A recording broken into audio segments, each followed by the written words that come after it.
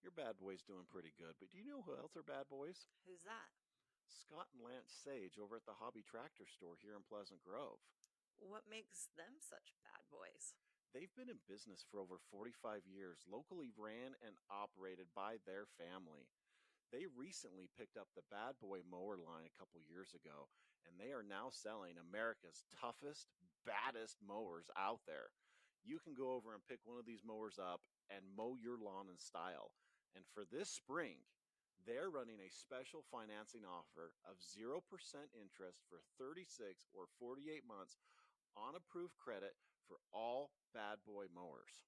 That's a good deal. It's a really good deal. And if you are looking for a new mower, you want to upgrade, you want to just mow your lawn in style, you need to go check out these Bad Boy mowers over there with Scott and Lance. They've got a store in Pleasant Grove. They've got their new location recently opened up in Roosevelt. So why don't you go in and check out one of those locations? Tell them that Scott and Hillary sent you in from Thriving Life's Pickles and pick up your new Bad Boy mower so you can ride off to the sunset mowing your lawn in style.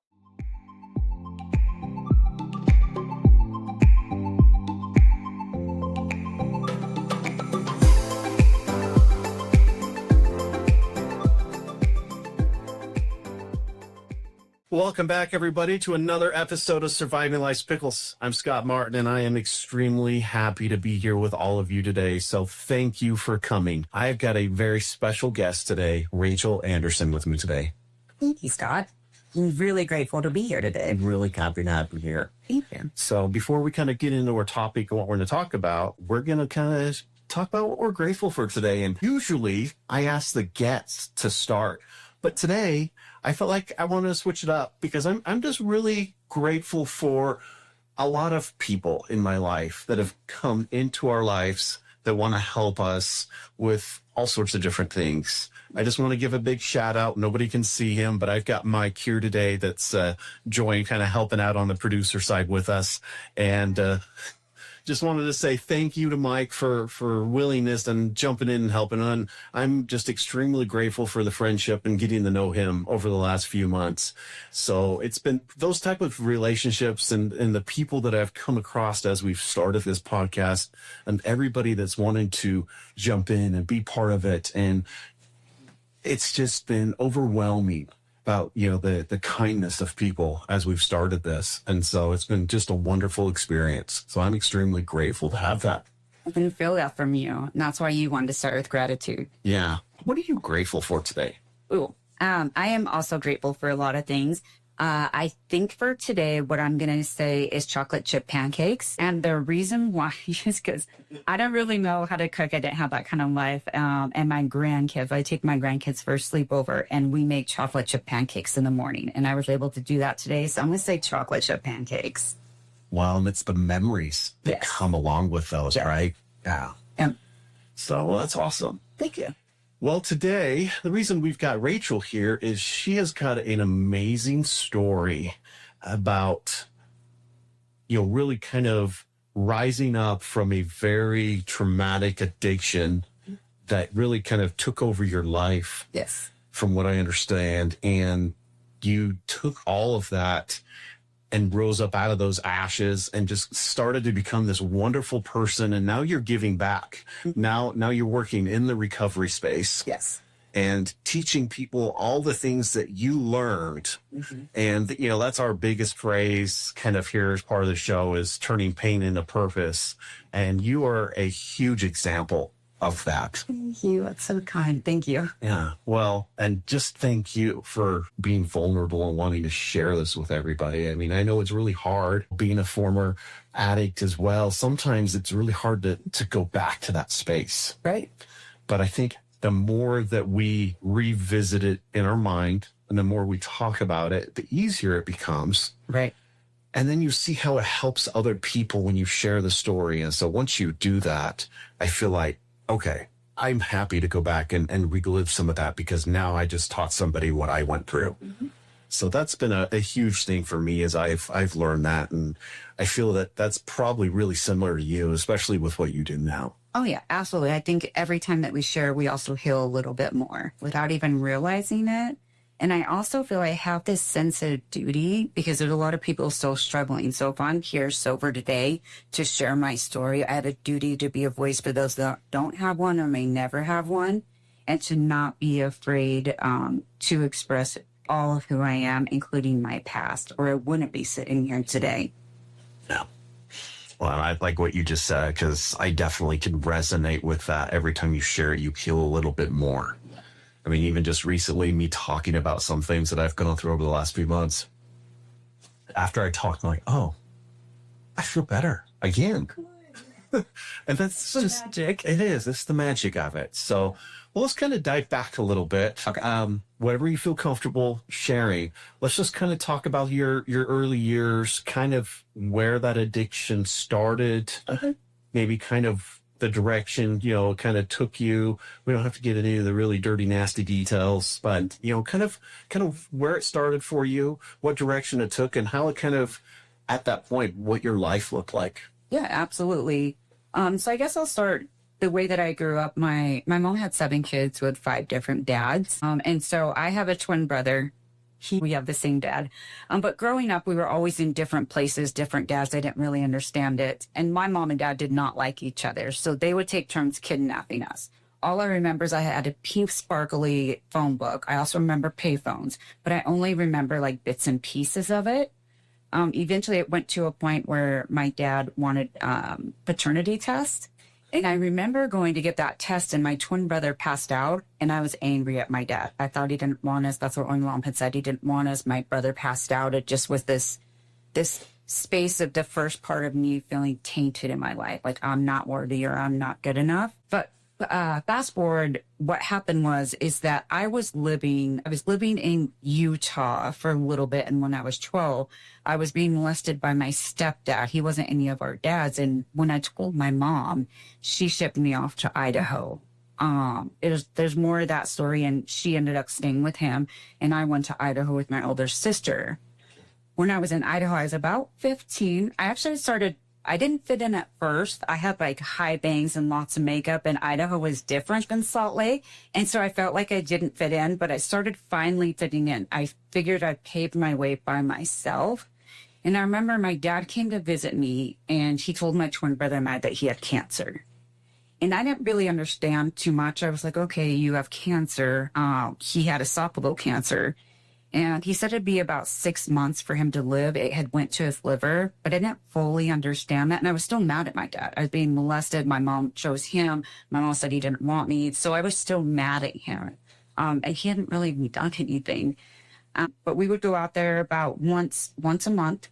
And I remember the last time that we went out there, by the time you go out there and you watch someone die of cancer, like there's just... It's horrific in your heart, and it pulls at your heartstrings like no other. And he was really gray. He was very jaundiced, and he couldn't talk or look at us. And we left, and he died about an hour after.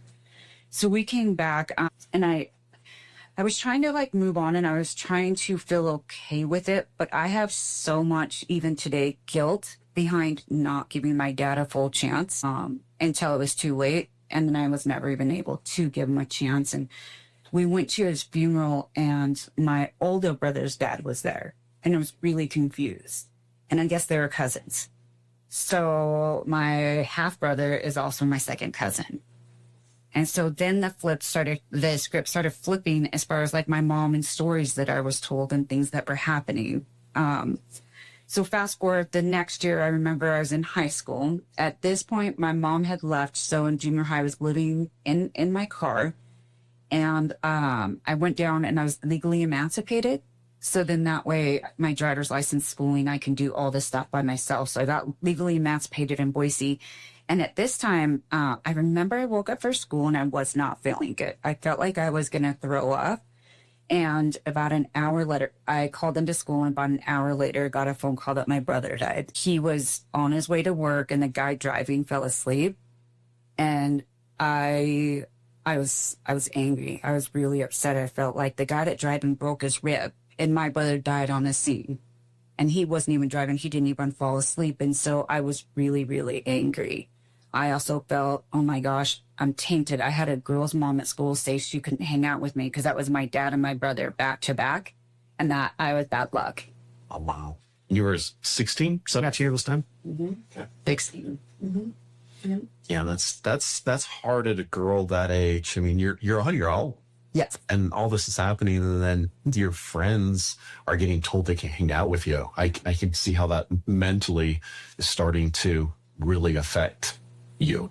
Yeah. And I was in drill team as well. And so when we would do competitions, everyone had moms and dads there, and they brought them hot chocolate and just all these things. I worked until midnight, and I didn't have any parents ever or any loved ones show up for me. And so it was really hard trying to play the part of who I wanted to be, but how could I do that when I felt so alone and unsupported? And so I did end up graduating high school. It was a huge goal of mine. And during that time, I loved to fight. I got in so many fights. I got kicked out of school. I went to an alternative school. And then I went back for one semester just to graduate from my high school because I wanted to show them that they were wrong about me. Yeah. And then, so I graduated high school. And I came out to Utah to visit my other older brother. And I stayed out here. I met a guy, and I got pregnant 3 months later. And in that situation, one of my goals in life is to have one baby dad. It was just a big thing. It's because my mom and just different things. It was just a goal. You didn't want to go through what you went through. I didn't. And so at that point, everything was locked and loaded. I also found my purpose. So I'm like, wait, I'm going to be a mom. So I am worthy of something. So I felt like I found my purpose being a mom. And this was it. This is the way it was supposed to be because I got pregnant. Right. Yeah.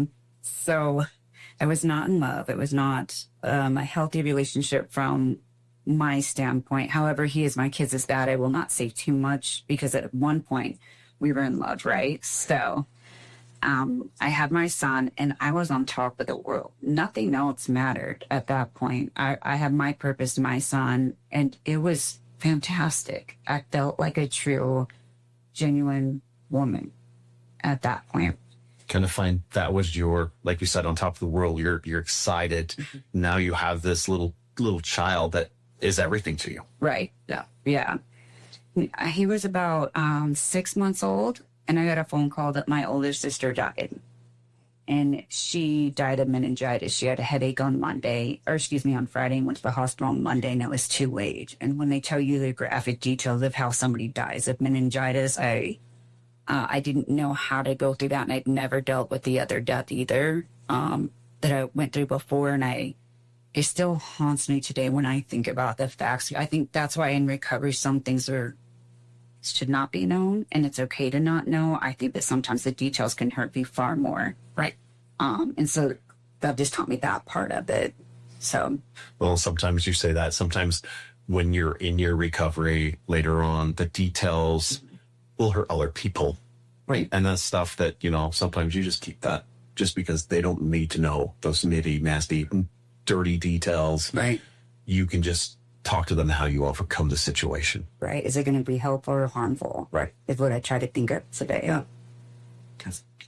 So I went to my sister's funeral, and her husband wouldn't look at me because he said we had the same eyes. And then that just instantly was that saying, like, I'm tainted no matter what it is. I'm tainted. I just have this tainted feeling about me in all the situations that I'm in. So I came home. I found out I was pregnant, and I'm young. I'm 21. I'm going to have a second baby. And I think everything's okay. And I had a headache, a really bad headache.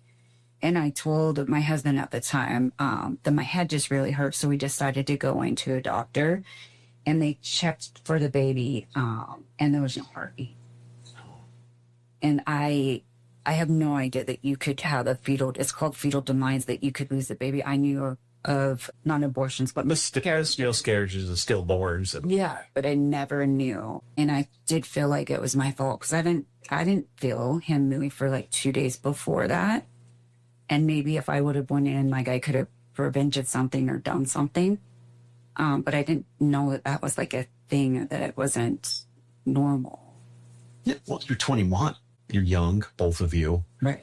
It happens, like, because you don't understand it. And so somebody's got to be at fault. I mean, Right. that's how our brain works when we're at that age. We just chilled. Yeah. So I I had my son, and it's interesting feeling like, do you see your son? Do you not? What does that look like? And I felt I'd regret if I didn't. So it took me a couple of days to deliver him. I was too far along.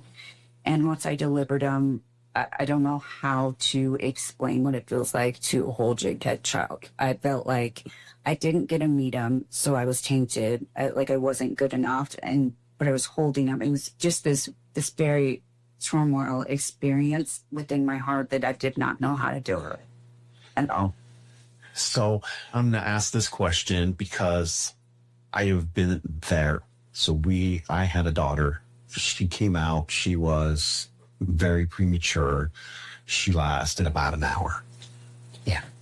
The doctors, don't want to go into all the details, but the doctors that we had there weren't trained or didn't really feel like they could save her. Yeah. And so, again, we had a lot of bad feelings about, what could have been done, not, but at the situation, we were able to hold her, I got her a few minutes is all I got because she sat in mom's arm for most of the time. And that is an experience that's so hard to, like you're saying, describe because you don't want to. But I was the same way. I kind of felt like if I didn't, I would have regretted not being able to at least hold and, have that physical connection part.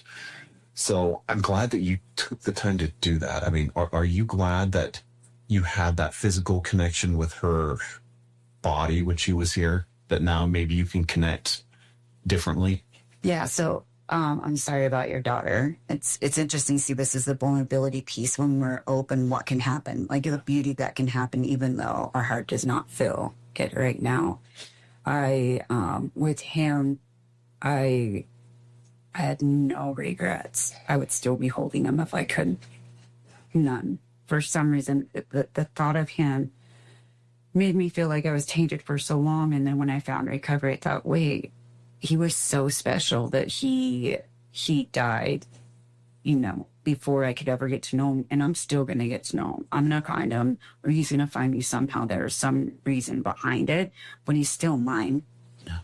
And so any chance that I get, I had him cremated into like a little teardrop necklace. And I wore the necklace I've been wearing it for the last 17 years or so. And I never took it off. That's the one thing, even through homelessness, that I never lost was that necklace. You always had him with you. Mm-hmm. And maybe that was the whole point. Maybe that was his purpose. I mean, you won't know. Right. But maybe that was his purpose, is to give you that sense of somebody's always there with you. Yeah. Sure. So so now you've had this and you've had to go through that, and going through that trauma, just personally being on the other side, not being the one who gave birth, because that is a different experience 100% with the mother and the father. That takes a lot of time to heal. Yeah. And some people don't. So was that kind of the start? I mean, you've already been pushed away. Everybody says you're bad luck. Everybody's giving you these thoughts in your head. Now this happens with your baby. Was that kind of the start of your am I good enough? Was that where things started to go downhill? Or did you have a few more kind of decent years before that even set in? I had a few more. I had my best friend had passed away the next year, and then it really just started compounding. I had these people that had titles in my life, but they were all dying. They were close to me. They're supposed to be support. They're supposed to be there. They're supposed to be all these things, but people were just dying around me at that age. So by the time I was 24, I did get pregnant. I had a beautiful baby girl. I would have to go in for stress tests all the time. So it was a very stressful pregnancy. And then at 24, I had to have a hysterectomy because I had so much damage done from my son, Brendan, from before. And so luckily I was able to have my beautiful daughter. And then I had a hysterectomy. And that's when I started on pain pills. I was at 24. So it was after that major surgery. Mm-hmm. That's what kind of started that roller coaster. Mm-hmm. Yeah, and too many times, especially during that time, it was early 2000s? Yes, it's 2002. Mm-hmm. So that was when the opioid stuff started. yeah, nobody, there was such a bleak area. No one, Nobody knew. Understood. Yeah, nobody knew, but all of a sudden it was everywhere. And I can feel better. The doctors are prescribing it and everything, especially here in Utah. Everybody says we're a little bubble, but there was certain patches across the nation where it was extremely high. And Utah was one of those patches yeah, because, hey, I can get a prescription, so this is fine. I know. And I don't know why I stopped trying to figure out why I'm designed the way I am. I started honoring it. But if you give me a pain pill back then, I would feel like I'm on top of the world, that I'm beautiful, which is something I don't feel, that I'm good enough. I want to clean your whole house in the studio 10 times over. I don't know why it just gave me this desire to really want to shine in life. And that's just how I react to them. Did it kind of, you talked about when you had your first baby and you felt on top of the world, you had a purpose. Yeah. Then all of a sudden, you had all these events happen and then you started on the pain pills. Yes. Almost got that feeling back in a different way. Isn't that a good way to describe that? Absolutely. And it lasts all day and it's constant. Because when you have a baby, it's intermittent, right? Because if things will cry or things will happen or people will look at you or, like you're judged on that. But this, no one could say anything to me, nor did it affect anyone else, right? I was just taking it. I felt. You were in control of how you felt and this makes me feel better. So I'm going to stay in control of being on top of the world. Why wouldn't I want to feel Right. good? Well, that's why they're so addictive and that's why they're such a problem. Right. And anybody who gets into it, everybody who's had that challenge, it's you just don't see it because you want to feel good and you just have felt bad for so long that you found something that makes you feel good. Right. And you control how good you feel by how much you take. Exactly. And then we just keep taking more and then it does not become enough. Right. So that's where everything started. How long, what was your span of until you during your addiction? Were you just a couple of years? Were you a 10-year period? What was kind of your? I got sober at 33. I went to treatment at age 33. Okay. So we were 10 years, 9 years. Yeah. 9 years into it. Yes. Okay. Which is a long time. It is. I mean, there's a lot of things that happen. Well, what happens is you're on pills and then it's not enough. It's not enough. And eventually your provider doesn't give you anymore. I even tried to figure out how to get off of them, what to do. And then you start looking out on the streets or to people. Like I had somebody that had pain pills, so I would just buy them. And then you're introduced to other drugs. I didn't do any other drugs. I was introduced to cocaine, meth, all the things. And I would do anything just to not feel sick at that point. So, and I remember the first time I did heroin, this was my game plan. This is what I thought, is that I'm going to use heroin. I'm going to inject it because I didn't want to smoke anything because the film would be around like my kids, And so I'm going to inject it and I'm going to use it for 2 weeks to get off the pain pills because I thought I only had this addiction to pain pills and this is exactly how it's going to happen. And that's not what happened. So, but that was legitimately my game plan. Yeah. Well, I mean, it's the way the addict brain is wired. Oh, if I do this, I don't have to do this. I'll feel good. And then I can just push that away and kick one. But what happens is the brain then takes over, especially because there's such a similar effect. That brain takes over and says, oh, this is just as good. Okay, we'll kick this. We'll let you use this one. And then it starts to trick you in a way. I mean, your brain, and I've talked a lot about this with my therapist, is now you're creating those pathways. Yeah. And so now you've broken this first pathway with the pills, and now you've taken this other pathway, and your brain's saying, oh, this is better, so let's stay on this path. Yeah. And all of a sudden that becomes your new you. Way of life. Yes. Yes. Yeah. So during this time, and I know this is kind of one thing you wanted to share as we were getting prepared for the show, is talking about what happened during that 9 years. And that was, you got your kids taken away from you. I loved my kids so much, I gave my kids away. Okay. I signed my rights over. And I think it's really important to state that, because it could be looked at like you're a bad person and all these things, but actually I loved them so much and I wasn't any kind of mom or woman. I was dating a guy in a gang. It got to this degree that I was injecting heroin, dating a guy from a gang. And he would walk into my house and it was just filthy. It was just full of junk, filthy. I was robbed a couple times and I didn't even know what my kids were eating or what they were. a lot of the times, I didn't have food in my fridge. I pawned all their stuff.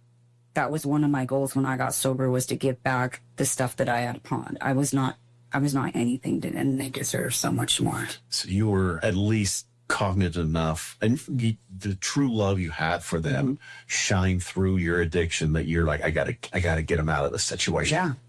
And so did they end up going to family members, or? Yeah, they went to their dad. And I truly also thought that if I do this, they're the love of my life. I wasn't 12 years old thinking I was going to go up to be this homeless heroin addict and lose my kids. My kids are still the love of my life. And so when I did that, I thought for sure I'd get sober. I was like, that's what I need. It's not heroin or trying a different pathway. It's, I'm going to sign my kids over, and because I know I want them back. Because they're your life, and you love them truly. Like they were everything. Okay. So then it sets in. I just gave my kids away. I don't have my kids anymore. So I continued using for a while. Okay. So, I mean, it didn't, I mean, and that is an addict trait. Yeah. Right. We're going to do this, we're going to stop, and all of a sudden, oh, well, no, now I don't have to worry about that, so it's not a problem anymore. Or you're that tainted, you are a piece of shit, so just keep using, you're worthless. All right, they're taken care of now, at least I don't care. We're not. Yeah, and they're way better off over there than they would be with me. I didn't think I could even be any type of woman to myself, let alone two beautiful kids. Well, it's very beautiful and amazing that you do love them enough that you could see that to get them out of the situation so that you could figure your stuff out. And I mean, most people can't. Yeah. I would say 98% of addicts don't have that much capability to be able to see that. So that shows how much love you really did have for them. And that's beautiful. It warms my heart just to think that you could do that. Thank you. So obviously it didn't fix, like you said, and you went down this road. Yeah. So how long was it from the time that you were able to give them away to when you decided it's time? Gosh, I want to say I was 29, maybe 30. So I still 2 to 3 years. Yes. Okay. Yeah. And this is the question I love. And I love to hear the aha moment. Yeah. That moment when it just clicked. That moment when you're like, I'm done. And sometimes it's a very, very awful, painful moment. Yeah. And sometimes it clicks and it's a very enlightening moment. So that's the question I want to ask is, what was that moment?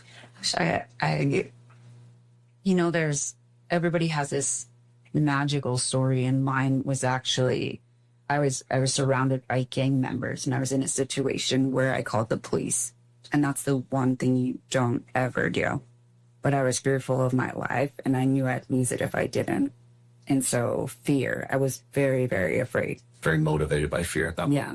And I didn't know that I could get services. I wasn't working and have insurance, and I didn't know anything about like HIPAA or anything like that I could actually go somewhere and be protected. And so that was my moment. I was literally exhausted and scared. I was carrying a gun, and I did not want to do that anymore, and I had nowhere else to go. Okay. And so you made the phone call? I did what? I looked in a phone book, and I found a place called Volunteers of America. And they took me, and it took me about 2 weeks to get there. So I was living under cars. I was doing whatever I could until I could get in there. Okay. Yep. Yeah. So you called the police. Did they show, Yeah. where's their arrest and everything that when they showed up to the place? And it kind of a big deal. Yeah. Yeah. I was able to get a restraining order. But that's still, you can get restraining orders and stuff, but It's just a piece of paper. it is. Like, let's be real about it. You feel like you're going to be protected, but I did not feel like I was going to be protected at all. So I just needed to get myself some help and get out of there. Okay. Well, so did you go into this place then at that time? I did. So I went into the BOA. It took me, back then, you had to wait to go into treatment, like 4 to 8 months. There's waiting lists. You have to wait. So I had to call every 15 minutes for 2 weeks until a bed became available. It's not easy like it is today. Back then, it took a long time to try to get in and get a bed. Which was really sad if you think about it. Always people help. Yeah, exactly. It wasn't as talked about or known as the problem that it pursues. Especially around here. Like if you're going to rehab, you didn't tell anybody. No, it was tight-lipped. Yes. So I didn't want anyone to know because I still wanted to try to have life. And I, when I'm living on the streets, I didn't want to go into one of the centers because I didn't want to be on paper and have a paper trail because then it could be used against me in court. Because one day I'm going to get my kids back, but you can say things, but you don't know anything. But if I'm on paper, then it's facts. Yeah. And so I wouldn't get any help because I didn't want anything against me. But at the point where it was either like my life or my life. yeah. So how long were you in treatment? And the other thing I always ask is, were you one and done, or did it take multiple stints going through treatment for you to kind of get through that point? That is definitely a great question. I stayed in VOA. It's usually a 14-day detox, and it's a cold turkey detox. So that in itself, I never want to feel that again. Yeah. But they let me stay there for 2 months until I got to bed. Okay, I lived in detox with ladies coming in, and it was a center for women and children, so with children as well, coming in and detoxing cold turkey and leaving. Just I saw so many things for 2 months straight. And then I got a bed at Odyssey House. It's a nonprofit center. Can you say the name? Mm-hmm. Okay. Well, I got a bed at a nonprofit treatment center that you could say is hardcore, and I'll tell you why it's hardcore. But when I went in, I actually lived there for a year. So I was in residential for a year. Okay. And then I got out, and then I started fighting for my kids, custody of my kids. So after the year of residential, how did you feel first when you kind of got back into the world? I mean, you've lived a very sheltered life Yeah. for a year because you are waking up, you have a very scheduled day every day. Yes. You have your therapy, your groups, your activities, all these things during that time. And now you're going out back into the world. How was those first couple weeks coming back into the world? Well, I have to tell you, the one thing that treatment teaches you is that you never want to go back. And I say that in the sense of people telling you what to do, what to wear, where to go. There's actually a lot of beauty in wanting to leave treatment once you fulfill your treatment needs. And so when I left the first 2 weeks, I've never even been asked that. I felt like I was a new person. Now, I didn't have a car. I didn't have support. But I also felt like I had a blank canvas that this time I get to paint, that it's not going to be painted for me. There's so many things that we go through, even just an example of your side of the street, right? And that's what helps you heal. And so when it came to like being molested, different things like that, I was like, I don't have a side. I'm an innocent girl. And I realized, wait, I do, because I'm still letting it control me. And now it affects me. And it's been affecting me. So I actually do have a part to play in that. And so I felt like I had a blank canvas that no one had painted on. And it's time for me to paint on it. So it's pretty exciting, actually.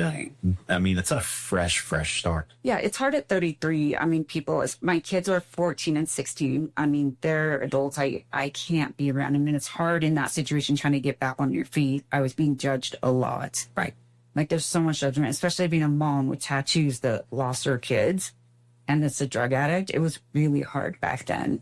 It's a lot easier today, but back then that's not how it was looked at. So I was judged a lot. Sometimes I wonder how I did it. I just made a promise. I made a promise when I was in VOA, and I remember vividly where I was. And I'm a spiritual person. I'm not a religious, but I prayed to God and I said, if I ever get my kids back, I will do whatever it takes. And I've kept it that simple. That means the good, the bad, and all the in between. Because sometimes even 16 makes me feel uncomfortable. Right. You know, actually probably more so. I mean, I can fail. I'm good at that. That's comfortable. But when you succeed, now it's kind of like, well, did I deserve it? Like, Yeah. it's trying to accept that. Yes, Yeah, exactly. for sure. So, well, here's the other question for you. You've come out, you're blank canvas, you're ready to go. Yeah. Did you feel at that time you were actually recovered?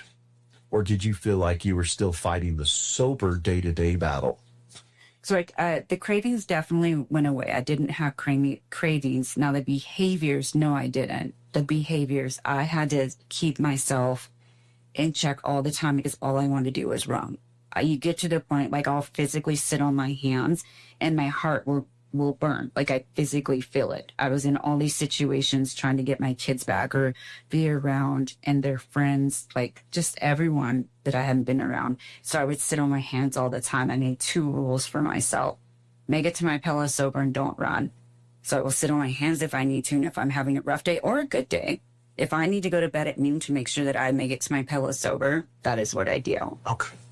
That's a good rule. Yeah. Like, and sometimes you need to set those, and that's awesome that you were able to do that. Yeah. And you had taught the skills in the residential treatment and be able to keep that going. I'm an overthinker. I like to create so many stories so that I can keep it a little easier it becomes. And I still remember them today. I still live by it. That's awesome. That's awesome. It's stuck with you, so that's great. So now you're in this battle, and you were working the fight to get back to kids. Yes. So as you were going through this, so how long did it take you to kind of get that custody back? And what did it look like? Did you end up getting full custody back? Did you get partial custody, or was it in steps? It took 2.5 years. So I was able to have supervised visits up to his discretion when he could. I also was doing hair follicle testing to prove that I was sober.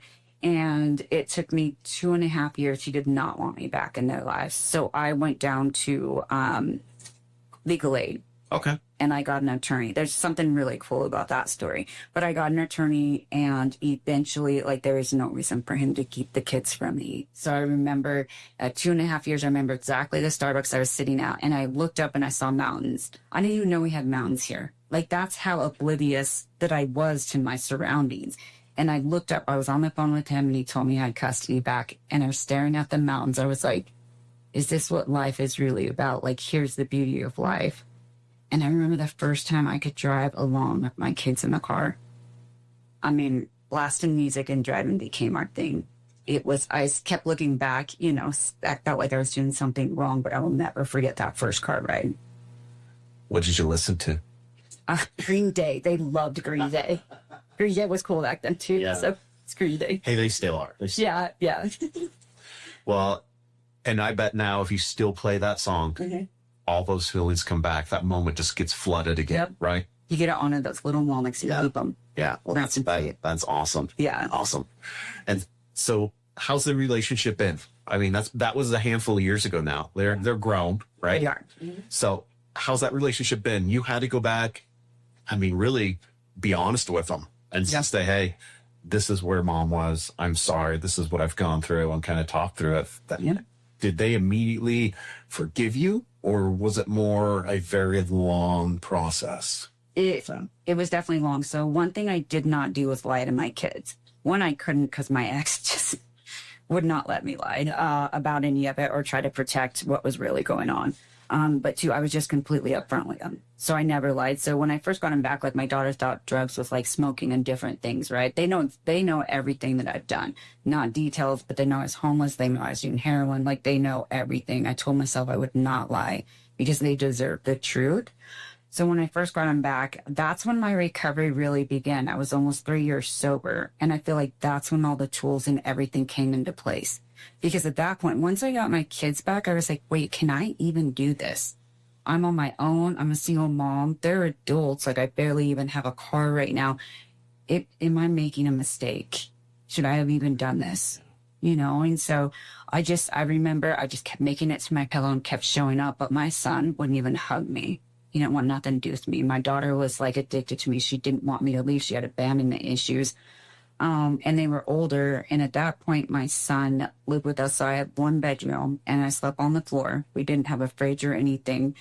And they're in high school, right? In junior high. And I remember my son, he ended up moving out, and I thought it was way too late. I'm done. Like, I had caused too much damage.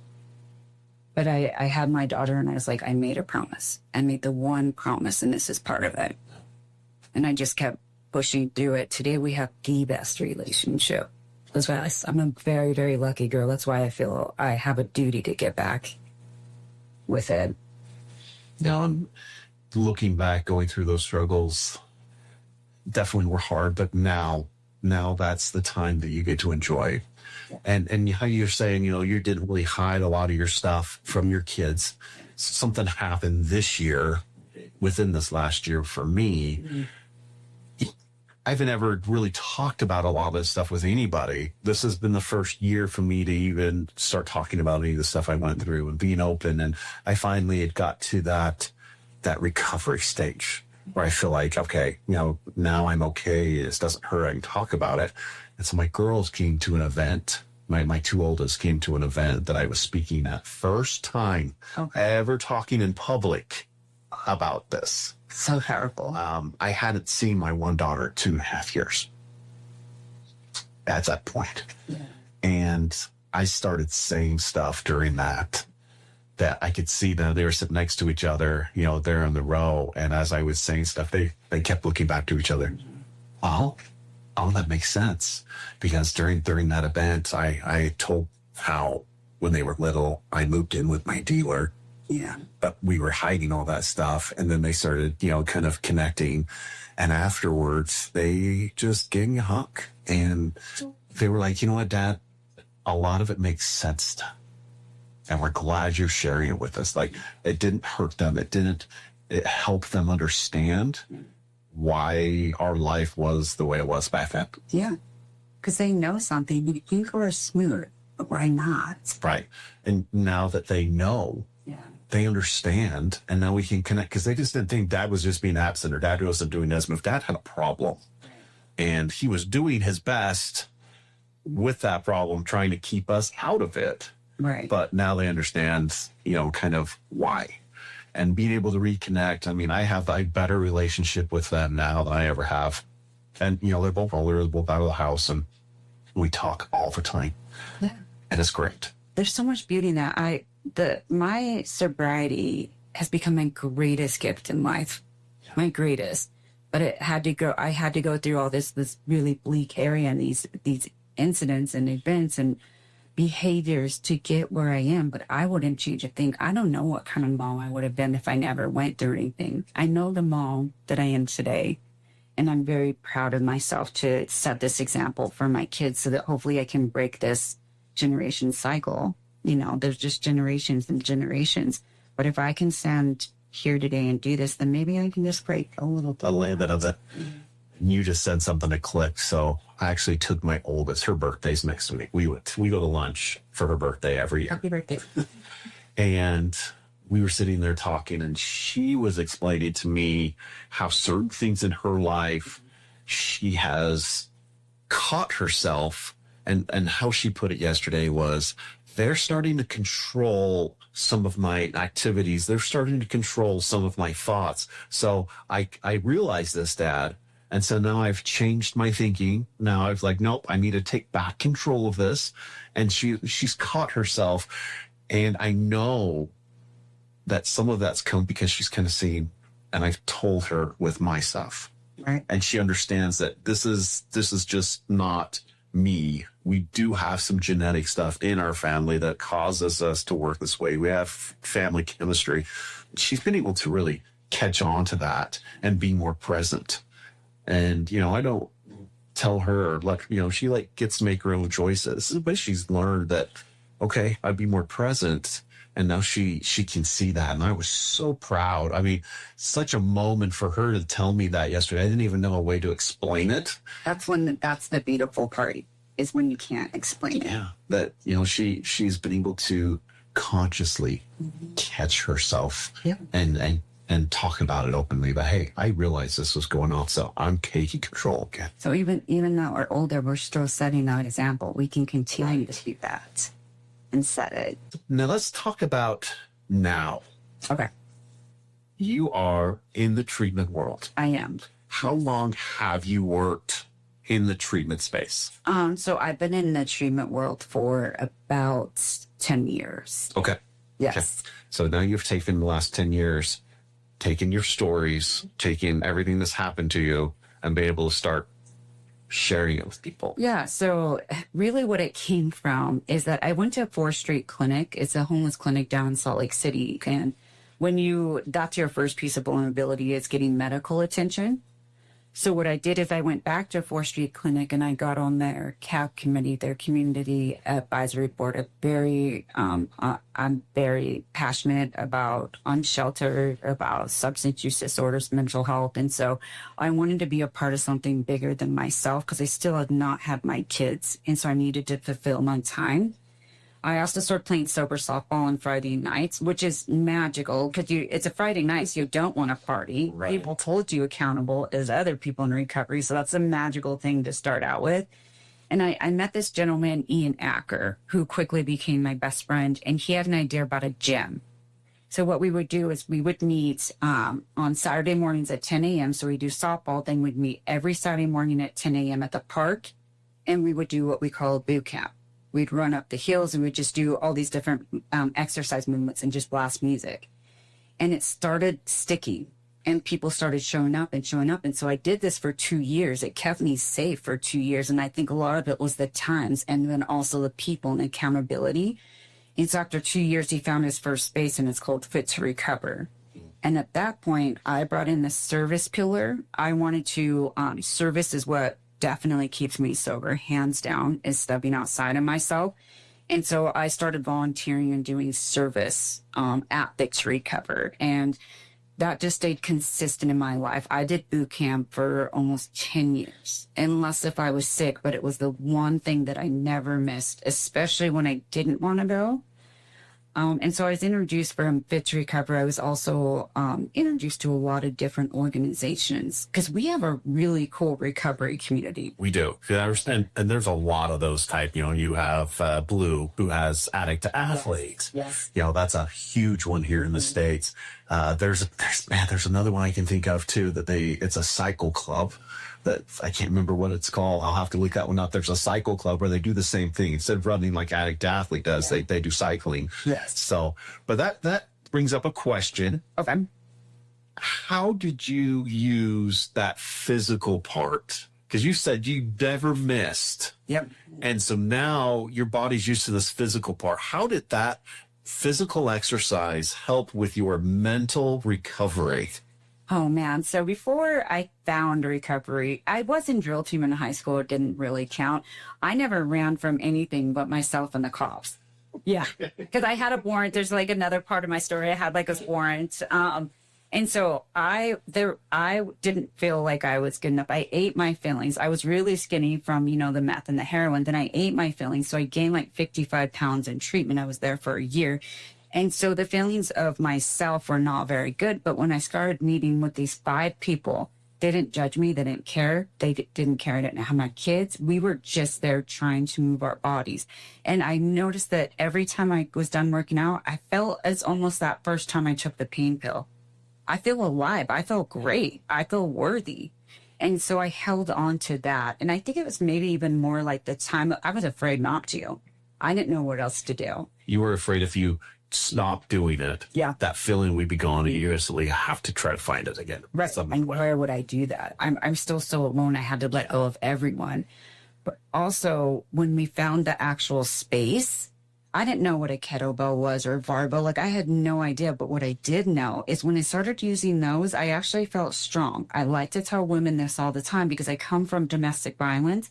And I thought, gosh, if I just get stronger, at least I'm going to go down and go fight. Yeah. And so I start feeling like I'm not so scared because my ex was in prison for a long time. So I didn't have to worry about him at all. He eventually got out.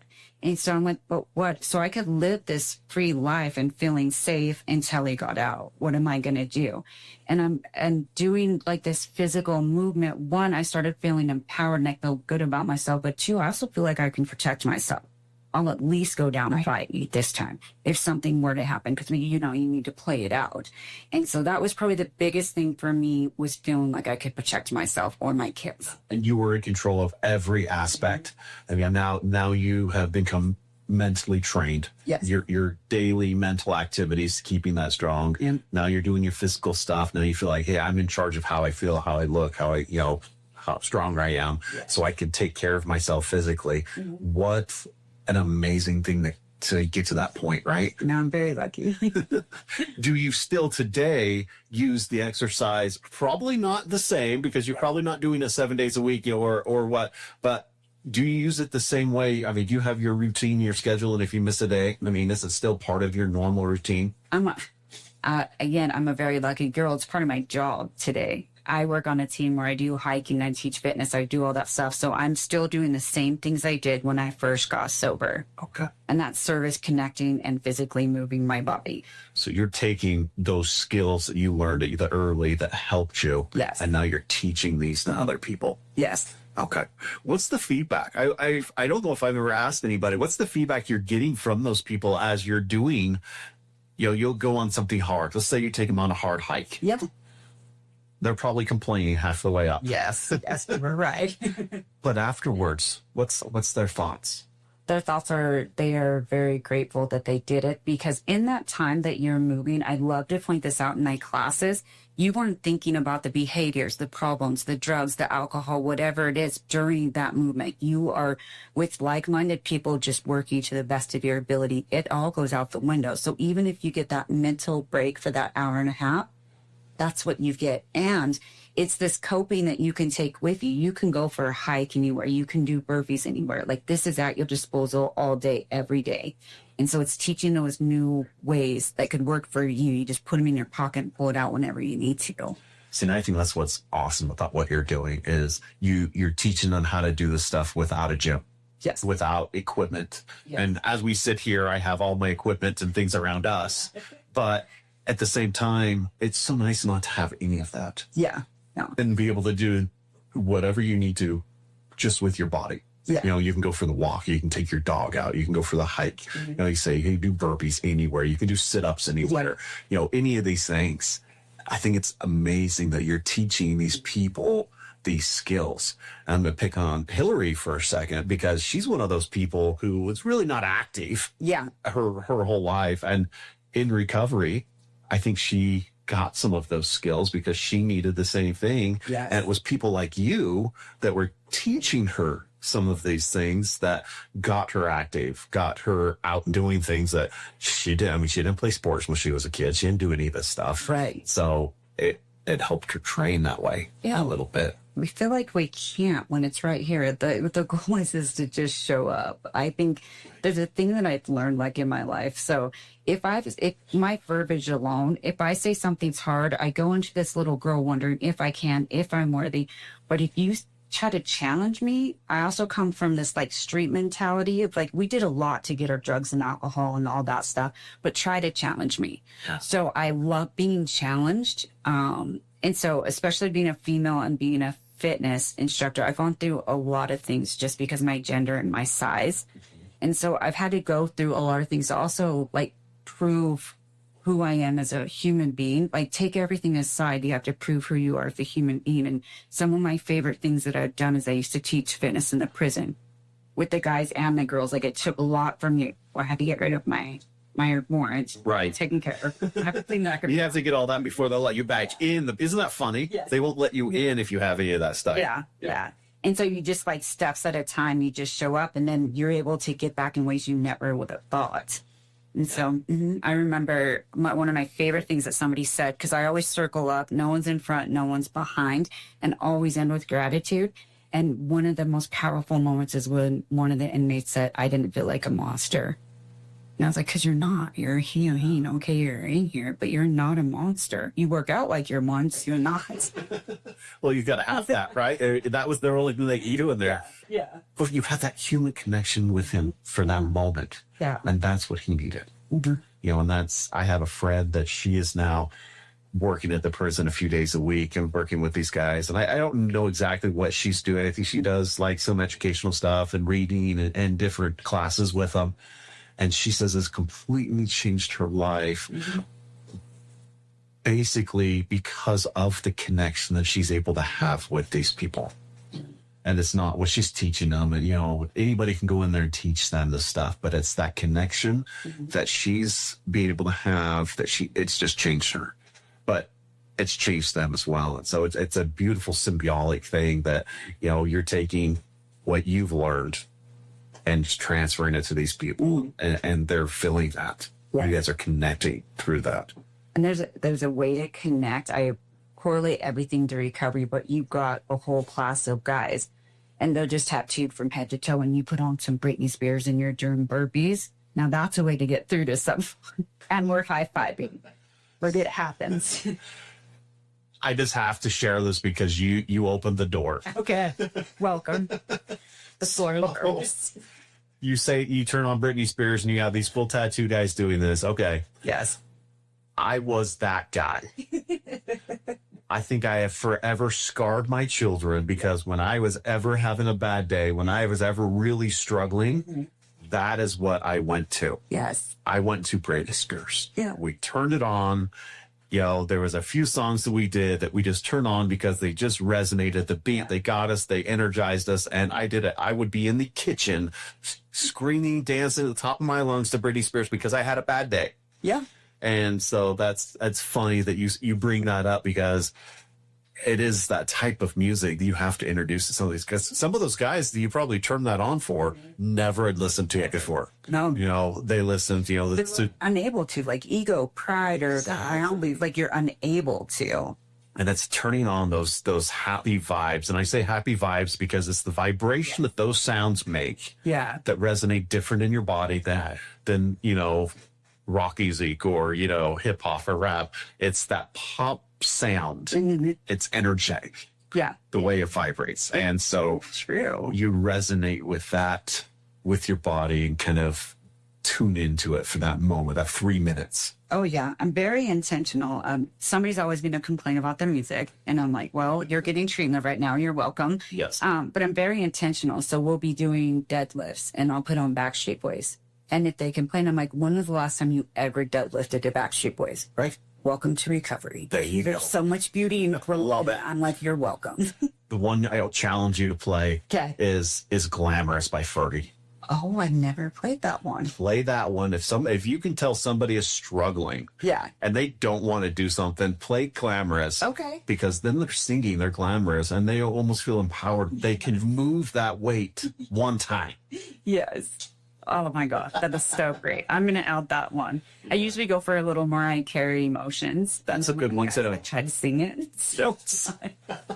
I'm just dancing around. It's actually really it's okay to have fun. It is, and that's I think probably the best part of your job is teaching them it's okay to have fun, showing them different ways to have fun. Yes. Like you should even go to the extent of some of these people making them a playlist and put it on a USB and give it to them and say, you're going to take this and remember it, but next time you need to work out. They do ask about the playlist. The nice thing is with everything we have available to us now, you can make public playlist and they can just go and grab it. Oh yeah, that's true. So You have to be a little careful when it comes to treatment because the You do. three would be connected. But I like your thoughts on where you're going. some way to figure that out. I know. You know, to transfer that. And I love that you're opening up to other things. I've always been that. I think that was one thing Hillary was like, I cannot believe you listen to this stuff. When we first started dating, she was just like, oh my gosh. She's like, why? So I don't know if I could date you. And I mean, every time we get in the car, it was Backstreet Boys or you know, Fergie or Britney Spears or, you know, Christina Aguilera. That was me. I mean, Pussycat Dolls. Oh my gosh, I haven't heard that one either. That's a good one. That's a good one. So, you know, it was just one of those things that was where my joy is. I remember singing because my girls were younger kind of when I was in mine. And so when I got time to spend with them when I was coherent, we would sing and dance, and it was to those songs and those music. And so that brings back the memories. And so I think that's a big part of why I still do that. You know, my workout playlist, I will kid you not, they all start with one of those. I love it. I think there's this big thing where we can just let our hair down. Yes. I mean, Once you have hair. But even if you don't and you let it down, that's even more. You can still let it down. Yeah. But I think just recovery does take a lot of work. I still do the same things today that I did when I first found recovery. And I think it's okay to put in a lot of work, but also have fun with life and just kind of surrender to it. Because I wouldn't do this stuff. If I was by myself or in a 7-Eleven, I wouldn't find you guys or beautiful Hillary and have a conversation. We have this commonality that brings us together. And then we end up talking about Britney Spears and loving it. You know what I mean? Like, that's what the universe provides for you. It's just letting your hair down. And I think it's magical just to be. I think I tell the residents all the time, just being is very challenging. But when you can just be, oh man, that's baby. Yeah. Right there. Yeah. Well, I want to share this with you. I feel like I need to share this story. You love this. So back in December, I was out riding my bike. We had a pretty warm December. So it was, fairly warm. And I was out riding my bike. It was a really warm day. It was like 50 degrees. Yeah. I had ridden my mountain bike for a while. I'm like, I don't care. I'm going to get all geared up. I'm going to go for a quick ride just to be out because I had done it. And that's my happy spot. That's kind of why I can calm my mind down. So from our house here, I can go all the way down to Utah Lake. There's a trail that goes about halfway around the lake from here. And so I'll just ride from here. It's about a 15-mile total round trip ride, which is great. It's perfect. And I'm out riding, just enjoying it. I just really felt in the zone. Like all of a sudden, everything was there. I felt connected to the world. The first part of my ride, what happened is this voice kept coming over me and saying, I feel you. I'm here. Just there. I kept hearing that voice, feeling that voice. And part of that was I had been using THC and a few things that were legal. I used air quotes there, right? Yeah, legal. right. But I'd always used that when I went out for my ride. I'd use that because I felt like I could connect. I just zone out if I was using that. Well, this was one of my really first rides that I was 45, 50 days without it at that point. And, I feel great now. Don't get me wrong. It's amazing how it's changed my life. But at that point, I felt connected and it just inspired like, wow, this is great. And it was like, I'm open. And I got this message back and forth saying, okay, if you stay here, I'm here to talk to you. And I felt the universe is surrounding me. And after that moment, the song Happy came on. And if anybody knows the song Happy by Pharrell, you cannot listen to that song without moving, dancing, singing, something. So I want to just paint this picture. I'm not a very small guy. I'm on my mountain bike going down this trail. I have a balaclava on because it was a little cold. Yeah, bike helmet, my jacket. I'm riding with no hands. I am singing and driving down the road, just clapping to this song, and I can't sing a note. I am so off tune, and I'm driving. And everybody starts looking at me because I'm just riding by people, just singing. I did not care, not a care in the world, and people just start looking at me, and then I just started waving at them. I'm just waving at everybody and saying hi, and I come up on this group, and there's this family because it was a nice day, and there's like 12, 15 of them at the time. And kids, grandparents, they were all out because it was just, it was in December. So people are out to visit. So I imagine they're all walking because, their extended families there and they're all enjoying the beautiful day at the lake. And I walk by, there's this little kid in the carrier and he sees me clapping. And so he just sees me and he just starts clapping. And that was just the wonderful feeling, just being able to express that with everybody, And after the fact, I'm like, man, I probably look like an idiot. I come back and tell Hillary about that. Fine idiot. Well, you look at this guy just going down the road, singing at the top of his lungs, so off tune, you probably didn't even know what the song was. Be a little concerned, but then I'd also say, I wish I could be like that. Yeah. So that was when you talk about all the crazy music or different things, that Happy song came on and instantly I did it. And I was just in the moment and I didn't care. I wanted to share that joy I was feeling at the moment with everybody else. Well, I'm glad that you shared it. I think that's great. I love little things like that. I think that's what life's really about. Yeah. The little things. We're so afraid. Yeah. Right. To share things. Like how many times do you walk by somebody in the grocery store and you just walk by it? You're just minding your own business. Yeah. What if things change? Would the whole world change if we walked by and said hello to every person you met? I think so.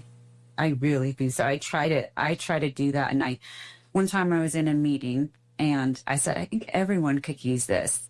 And people did not like that very much. But I do feel if people made amends, looked at their side of the street, I don't care if you're in addiction or not, if you have an addiction. I just think in general in life and try to be a little bit better each day, how much better the world would be.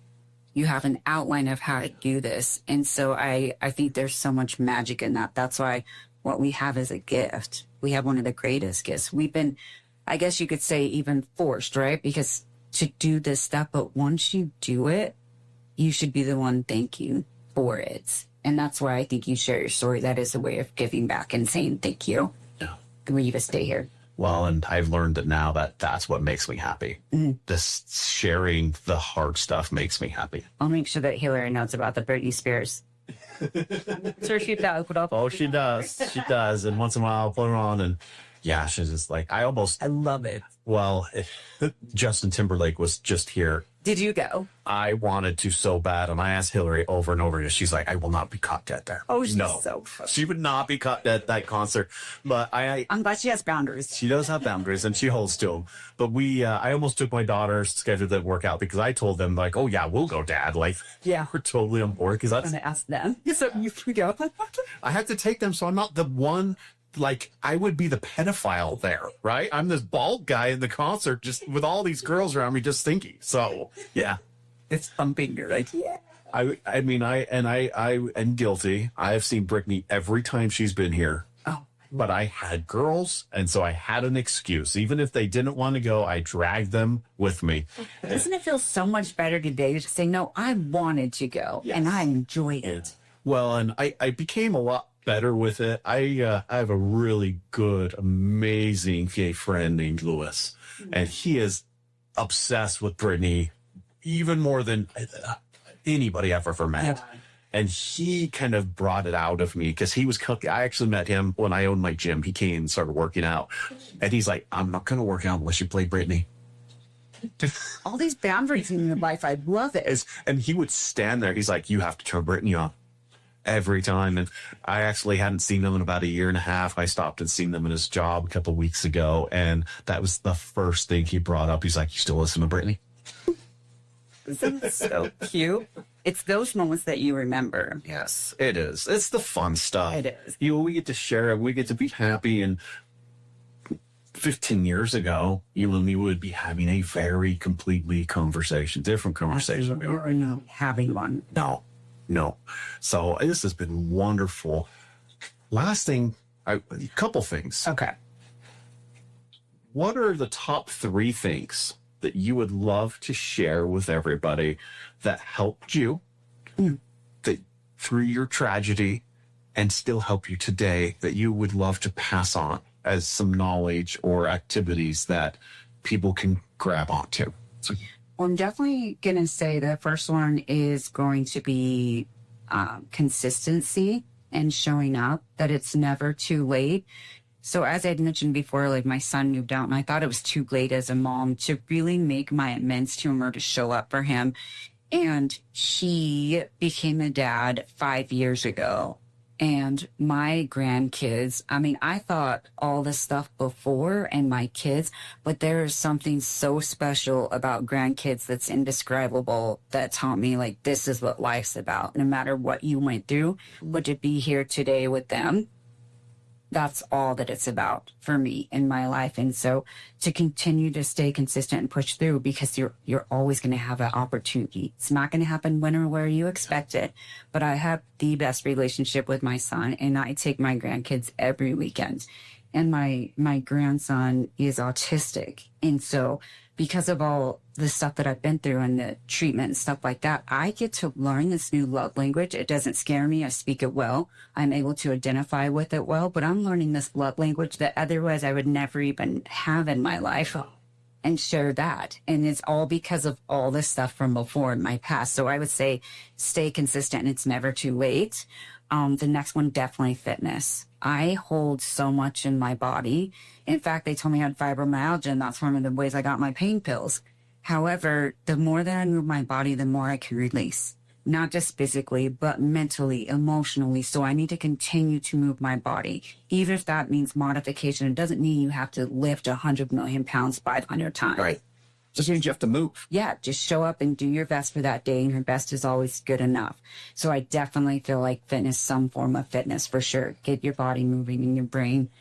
And then the third one, I would say treat others how you want to be treated. That is what's gotten me by in life, especially when I want to be resentful or I have a reason to be, like a real reason.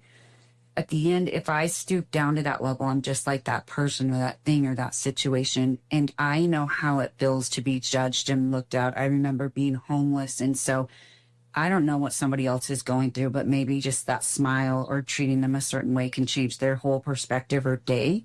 It just with one simple act that I can continue to do. And so definitely treat others how you want to be treated, especially when you don't want to. I think there's a lot of power in that.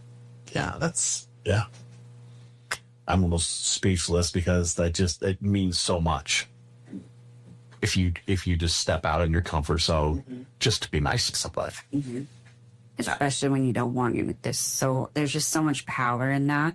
And you don't know the kind of day that someone's having. I used to be so judgmental of people all the time, but I've never lived in their shoes. So I can easily be okay with someone, but not like them. Like, and not want to be around them, but I can see where they're coming from and why, but it may not be for me. But I get to choose who's in my box. I have my own box. I don't have to allow them in, but at least I don't have to have resentments or judgment or make their life worse. Let them be. Like, some people are sicker than others, and I get to choose who I let in today. Well, good friend of mine now, he says this all the time, and it is, I love every single person. Yeah. It doesn't mean I like them. Exactly. But I love every single one of them. Yep. And I will do anything to keep them here, to keep them alive, to keep them, on their path. Right. But I don't have to like what they're doing. Right. Exactly. And so I think that's a very good way to look at it. That's how it helps with forgiveness and peace within yourself, because you don't have all this turmoil for stuff that's not even yours to own. Yeah. You got to release that and let them have it. But what you do with your box is up to you. And the sobriety gives you that choice. You get the freedom of choice. So what are you going to do with that choice? Yeah, absolutely. So, well, I always like to turn the table. You are now in charge. What questions do you have for me after having our chat here? What else would you like to know, or anything about me or anything we've done? Well, I'd love to know your aha moment. That one becomes a pretty common question lately. Like, if I tell you mine, tell me yours. That's how it works. Yeah, so my aha moment. And I guess it's kind of a two-part moment for me. Okay. Because I had the moment when it was like, oh my gosh, I don't want this. And so and it's coming up, and I don't want to repeat myself a whole bunch of times, but coming up, I have an interview I'm doing that's going to really talk about this moment. And then I'm also giving my entire story here on the show in about a month. That I'm working on with my therapist. That's been amazing. But my aha moment was almost a year ago. We're coming up on that year mark. And I was just struggling. I was at this point where I was just, life and everything was just too overwhelming. I wasn't good enough for anybody, all this stuff. And I was introduced to a drug called Kratom. That's a big one. It's a big one that's not a lot of people know about yet. It's still coming out now, and it's very legal, very, very legal. But I was introduced to it, and I was just like, I was doing it because, it's not tested for a drug test. It's not, it's, it's free. You can buy it anywhere, in the gas stations. You can buy it anywhere. So I was like, oh, okay, this makes me feel good. And it was over and over and over and over. Well, again, you get to that point where I got back into that situation myself, where I was like, oh, this is the only way I can feel good anymore. And so I was over and over. Hillary had gone on a girls' trip, and I didn't have the kids the weekend either. So I was alone in the house, having down one of the most overwhelming weeks I had for work. And I was just done. I stopped this store, picked some up, came home, and that was Friday night. Oh, I feel a little bit better. Went back to the store Saturday, grabbed more because it wasn't enough. One more time. And just like, I just need, I just want to feel better. Nobody's around, so who cares? I'm just going to sit at the house. It was snowing, the weather was bad. I couldn't go outside, do anything. So I'm like, what else am I going to do? And so it just compounded. And, one thing led to another. And it wasn't just that. It was I was starting to add other things that weekend in, because it just wasn't enough. And Sunday night, I went to bed and said goodbye to my puppy. And we'd only had him a few months. He was still a puppy. And I said, Mom will be home in the morning. And I was done. I knew that I had crossed the line. It was too much. Yeah. And I wasn't going to wake up. And I had come to terms with myself, like, well, I've done it now. I've crossed it. And I laid there in bed and couldn't go to sleep. And I remember crying myself, trying to go to sleep, and said, I don't want this. I want to choose. I want to be here. Give me a shot. I can do this. And I woke up the next morning. Oh, he said, I'm still here. And crazy sick. Sick. I was sick for a week. Do you have withdrawals with it? Oh, worse than hell withdrawals. Oh. The studies and the things that we have been, it is absolutely, it does worse things to your body because of how you take it. Okay. Because you're not injecting it, you're digesting it. So it hits your digestive tract, it hits your liver, your kidneys, your stomach, your esophagus. It tears everything. It does horrible, horrible things. You retain water. Like you're retaining 30 to 40% more water than you usually do. It does horrible things to your body. So that was kind of my awakening moment, my first part. My next part came a few months later. And it was about 2 months later. I was doing my ketamine therapy, which literally is a big part of the reason I'm here. And my third session, I still can never forget that feeling. I was in my treatment, and I had during ketamine treatment, you wear eye shades because the medicine does things to your eyes, and so you don't want to be overran by all that. So you wear eye shades so you can focus on what's going on. And my eye shades, I could wring them out by the time I was done with that session. I'd cried so much, but my body had released. I say this. If you're a religious or, different, you've heard maybe the story of how Jesus prayed for the entire world and bled out of every pore of his body. Mm-hmm. I feel like I cried out of every pore of my body during that session and released every single bit of tension, fear built up, anything that I had compressed for 42 years. Everything, Gina. I was soaked. My clothes, everything. I was just sweating, like everything was released. And when I was done with that therapy session, it was like I had been reborn. I felt brand new. I already used the butterfly analogy. I felt like I had come out of that cocoon, and I was just ready to spread my wings and fly. And I haven't really looked back. Because that was that awakening moment. What I have so much to live for. I have so much to do. I think that day also was the start of this. I think that's where the seed was planted in my head of now I need to share this somehow, but I didn't know how. And later on that came. So I think that's where this podcast idea was born as well.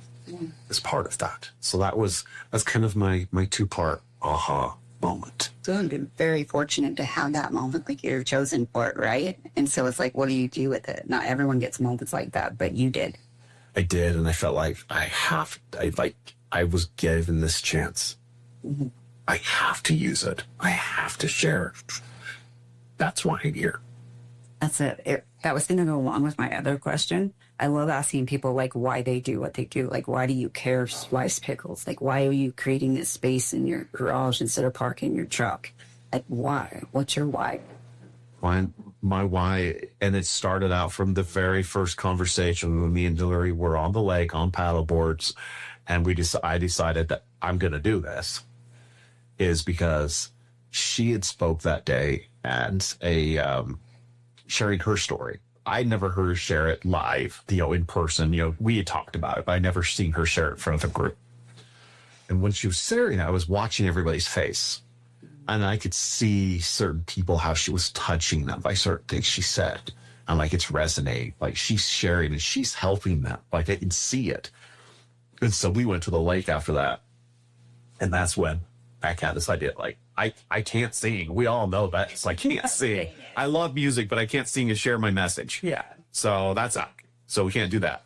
I am okay at writing. Like, okay, well, maybe I could write a book. But that takes a long time. It's a long process, even though I am doing that. Good. We're working on that. So that's a process, and that would come out later. But I was like, we love podcasts. Why can't we share podcasts? They're, you know what? They're not too expensive to start. You know, even if we do this and it sounds awful, but one person heard it and it helped them, then we were successful. And that was the motive. That's the why. My why was, I need to help.